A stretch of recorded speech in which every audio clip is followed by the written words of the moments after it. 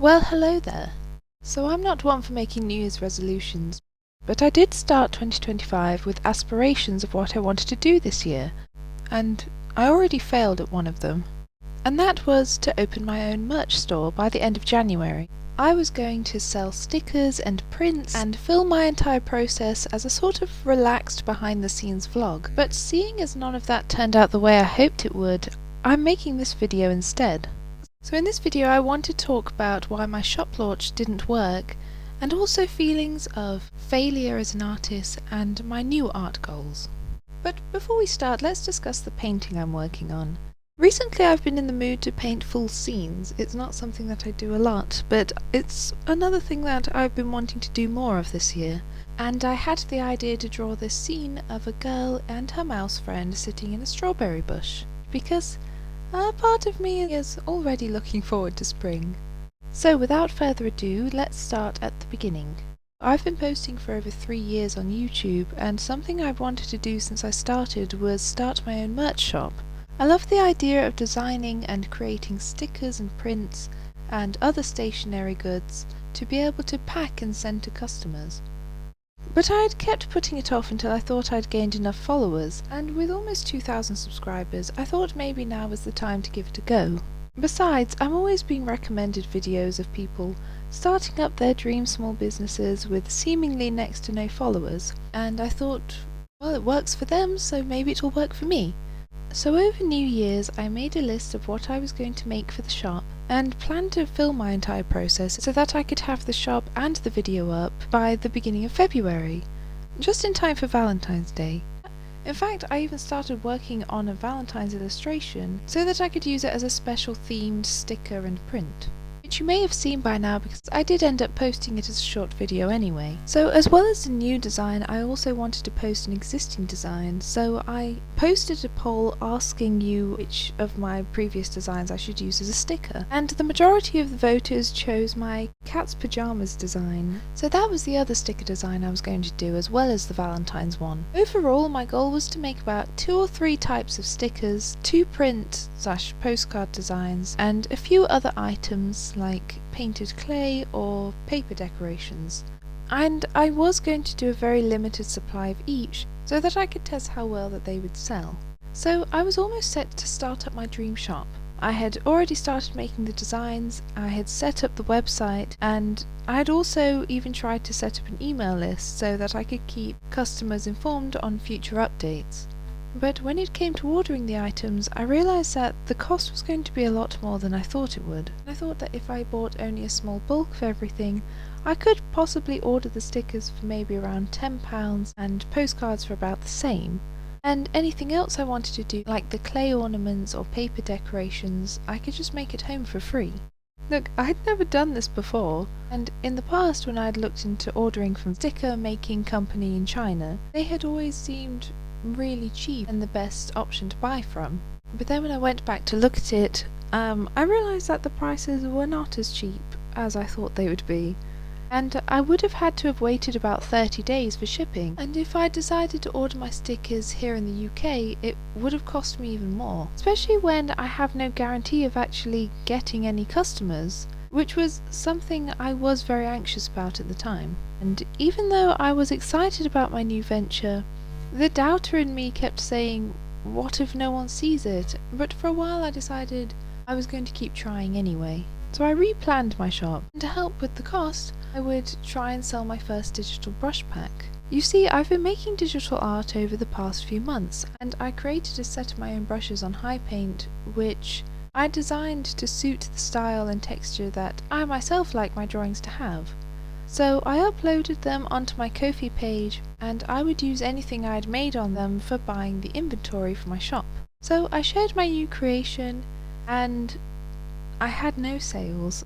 I don't know if maybe just not many people saw it, or if just no one was interested in it. But either way, it made me realise that I probably don't quite have the audience yet for such a venture. And after a couple of weeks I decided to give up on the idea of a shop, at least for now. And yes, I was very disappointed about something that I had worked hard on and had such big plans for, and although I believe I did make the wiser choice, I couldn't help but feel a bit, like I'd failed, basically. Especially since I've had moments of self-doubt as an artist over the last year, because throughout 2024 I kept updating my portfolio, trying various different designs and themes. Then I emailed various companies and agents. I tried looking for personal commissions through places like Artistry or Reddit, and even applying for job listings. I put a lot of effort into not only my art itself, but also into my portfolio website and my general online presence. So much so that I ended up not spending a lot of time doing other activities that I enjoy, like gardening or sewing or reading. And that made me feel like my drawings obviously weren't as good as I thought, or that my style just isn't appealing. But I think that although I do want to make improvements to my portfolio, I realise that rejection might not always be because a company doesn't like my work, but can also have a lot to do with other factors, such as maybe my style just doesn't fit their brand, or they don't have the budget to hire an illustrator, or they'd rather hire someone they already know instead of someone they don't. In fact, I saw a video a few months ago by illustrator Michael Driver where he talked about how recently less illustrators are able to find jobs due to the fact people aren't hiring as much because of inflation and the current cost of living. In fact, I will leave a link to that video in the description if you're interested in seeing that. And of course, when it comes to individual commissions, most people would rather pay very cheap prices through sites like Fiverr or, unfortunately, just use AI. So, although I didn't get the jobs I would have liked to have gotten over 2024, I still see the year as a milestone because I did learn a lot of new things that I didn't before and tried out a lot of new things, so I don't see the year as a waste at all. But, of course, when it comes to feelings of self-doubt or imposter syndrome, as they call it, I know that I'm not the only artist who feels that way. Because, for one thing, I've been seeing a lot of posts and videos come up on my feed recently of other artists talking about how they feel like they're failing.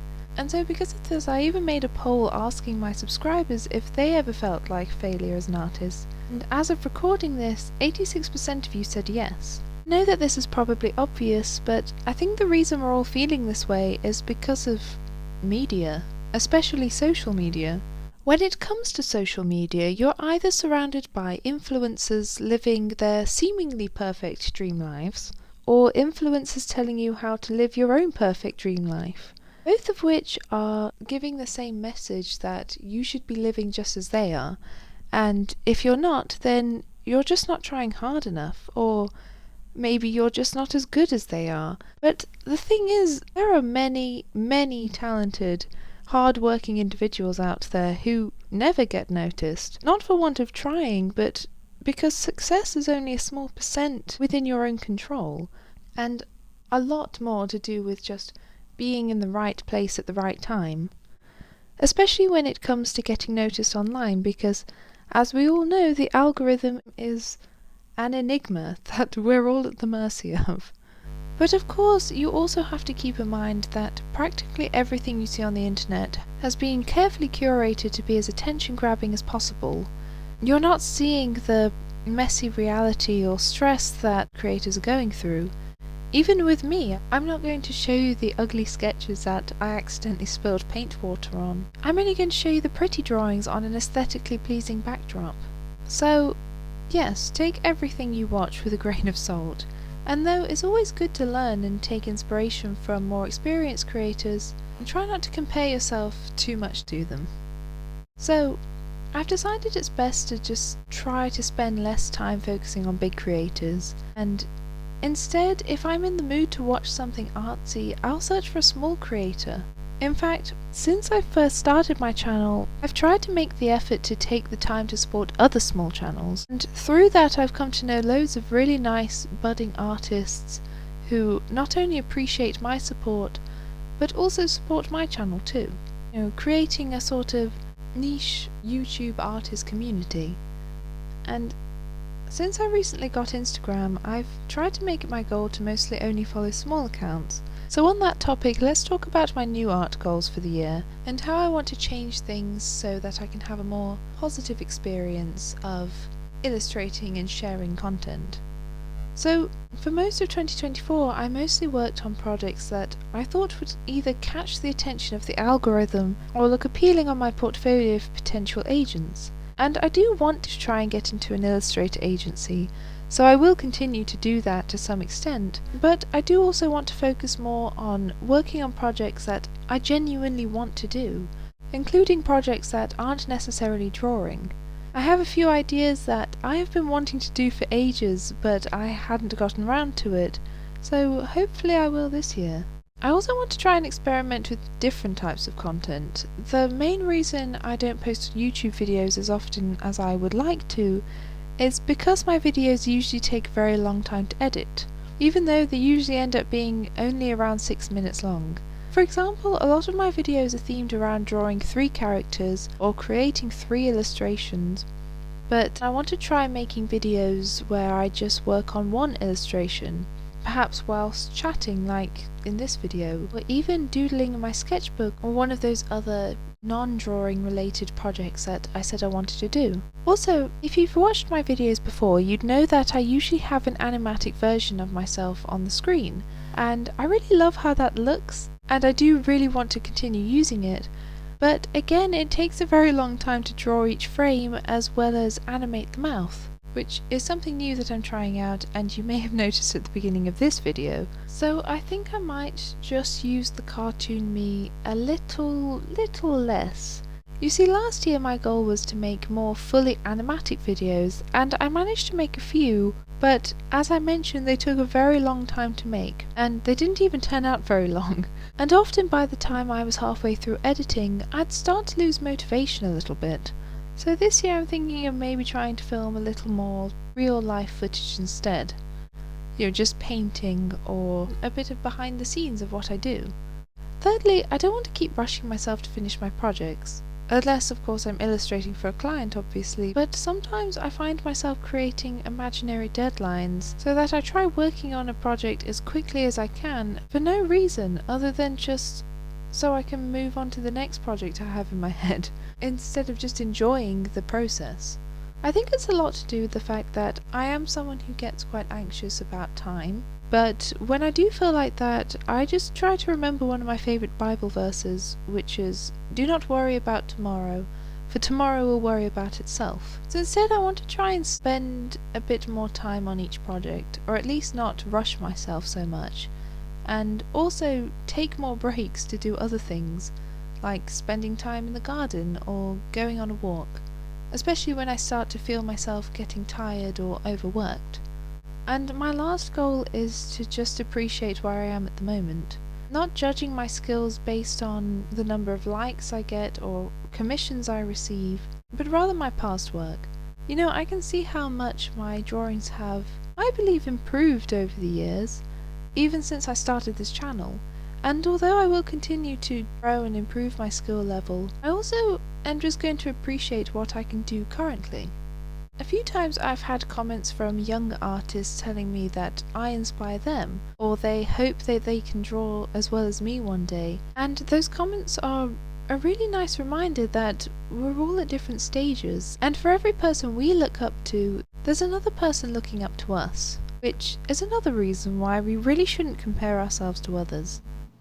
In fact, earlier on I was thinking about how, I don't know exactly how many subscribers I have at the moment, it's like 1.7 thousand or something, and to a lot of people that would just be a small amount.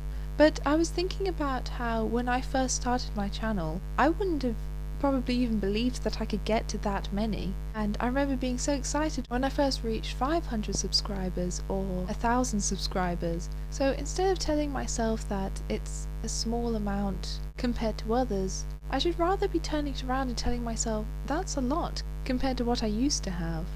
So those are some of the ways I want to try and combat my self-doubts and occasional fatigue, and if I have moments when I don't stick to them, which I probably will, I can at least look back on this video as a little reminder which is really the main reason why I wanted to make this video, so it could be a little reassurance for not just me, but for anyone who also happens to be in the same boat as I am. Hopefully you're able to get something out of it, and if you happen to ever feel like a failure, just remember that if you're doing something that you love and putting as much effort and dedication into it as you possibly can, then you're not a failure, you're a success. I have crowned you a success. Which brings me to the end of this video, so if you liked it and you want to see more, feel free to subscribe to become a member of my arty party. That is what I am calling all my subscribers from now on. You're members of my arty party. And a special shout out to Dazzle Creates for their splendiferous fan art of me, so make sure you go and subscribe to them. So let me know in the comments if you've experienced anything that I've mentioned in this video, and if so, perhaps share some advice for other artists who are feeling the same way. So thank you for watching, and I will see you in the next video. Bye!